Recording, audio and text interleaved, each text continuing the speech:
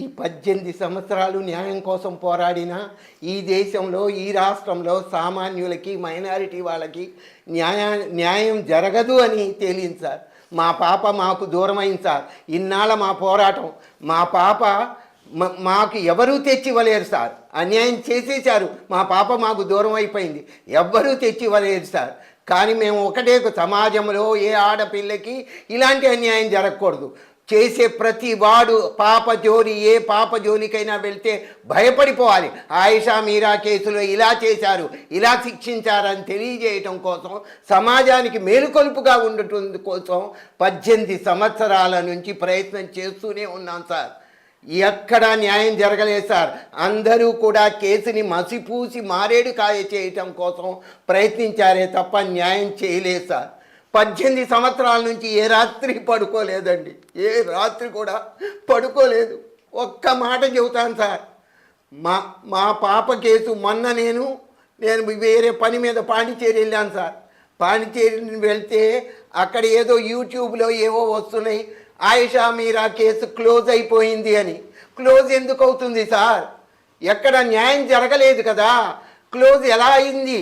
Close ఎప్పటికీ కాదు sir. న్యాయం జరిగేంత వరకు కూడా మేము అలసిపోం సార్. దీనికోసం ప్రయత్నం చేస్తూనే ఉంటాం. మా ప్రయత్నం సమాజానికి మేలుకొలుపు కోసం సార్. ప్రతి ఆడపిల్లకి న్యాయం చేయాలని సార్. దానికోసం ప్రయత్నం చేస్తూనే ఉంటాం. గుండె ఊరికే మెకానికల్గా పనిచేస్తుంది కానీ గుండె ఏనాడో ఆగిపోయింది సార్. మాది గుండె ఏనాడో ఆగిపోయింది. మా పాపని ఏ రోజైతే ఆ రకంగా ఎన్నో ఆశలతో బీఫార్మసీ చదివితే నా స్టూడెంట్స్ అంతా చాలా సహాయం చేస్తాం, పాపకి సపోర్ట్ ఇస్తామంటే ఆ బీఫార్మసీ జాయిన్ చేసి ఆ కాలేజీలో జాయిన్ చేశాను సార్. అలాంటిది మా పాప నాకు దూరం అయిపోయింది సార్.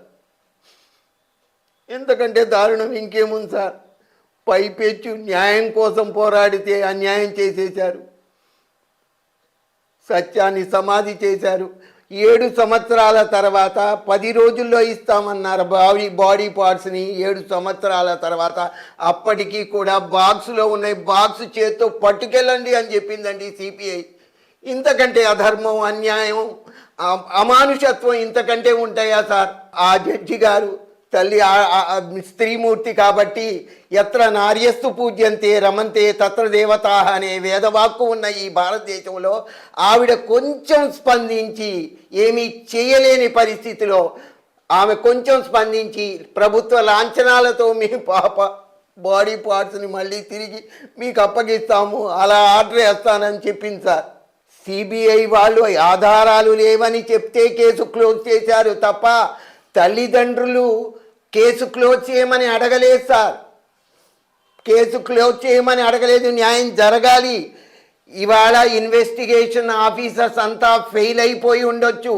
సమాజం కోసం, సమాజంలోని ప్రజల కోసం ఏ రాజకీయ నాయకులు, ఏ ముఖ్యమంత్రులు, ఏ ప్రధానమంత్రులు పనిచేస్తున్నారో వాళ్ళు నా పాపకి న్యాయం చేయాల్సిన అవసరము, అవకాశము ఇప్పుడు వచ్చింది. వాళ్ళ బాధ్యత సార్. అలాగే ఈ ఆంధ్రప్రదేశ్ ముఖ్యమంత్రి శ్రీ నారా చంద్రబాబు నాయుడు గారు కూడా ఆ రోజు మా పాప మాకు దూరమైన పరిస్థితిలో అపోజిషన్ లీడర్గా ఉండి మా పాప కేసుకి న్యాయం చేయాలనే తపనతో రాజశేఖర రెడ్డితో కూడా విభేదించి మా కోసం పోరాడాడండి. కాకపోతే అప్పుడు ఆయన అధికారంలో లేడు కాబట్టి ఇవాళ అవకాశం వచ్చింది.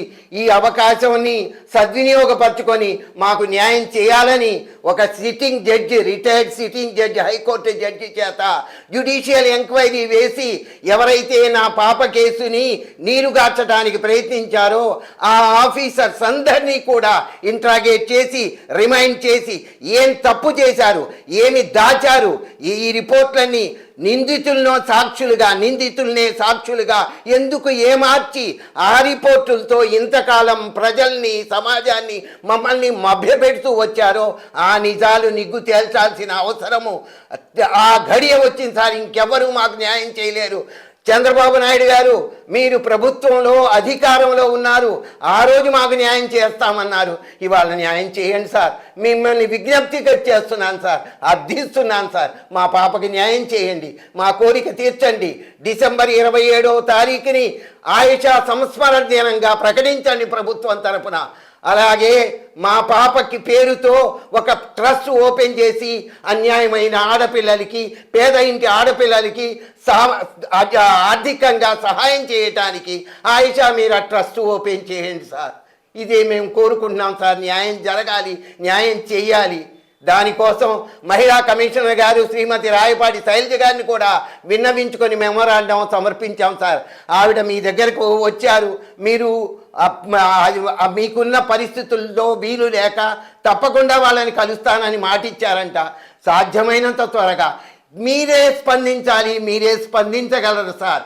మీరే స్పందించి మాకు న్యాయం చేయాలి. మేము ఏదైతే కోరుకున్నామో, ఏ మాటల్ని మీ ముందు ఉంచుతున్నామో, ఏ విజ్ఞప్తిని మీ చెవులకి అందిస్తున్నామో వాటిని సాకారం చేయవలసిందిగా మిమ్మల్ని మళ్ళీ అర్థిస్తున్నా.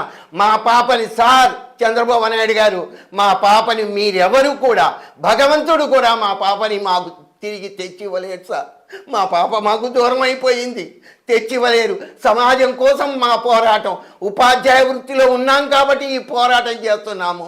మేము మైనారిటీలం, ఆర్థికంగా పేదవాళ్ళం, అయినా సరే పోరాటాన్ని సాగిస్తూనే వచ్చాం 18 ఏళ్ళుగా. ఇవాళ న్యాయం చేయాలి సార్, మీరే చేయాలి సార్. ఈ విజ్ఞప్తిని మీ చెవులకి స్వీకరించి మాకు న్యాయం చేయండి sir. Please sir. Pawan Kalyan గారిని, లోకేష్ గారిని కూడా అర్థిస్తున్నాను సార్. న్యాయం జరగాలి. సమాజం కోసం న్యాయం చేయండి. సమాజంలోని ఆడపిల్లల కోసం న్యాయం చేయండి సార్. Please sir. అసలైన తొలి వెలుగు. ఫాలో వాట్సాప్ @తొలి వెలుగు official.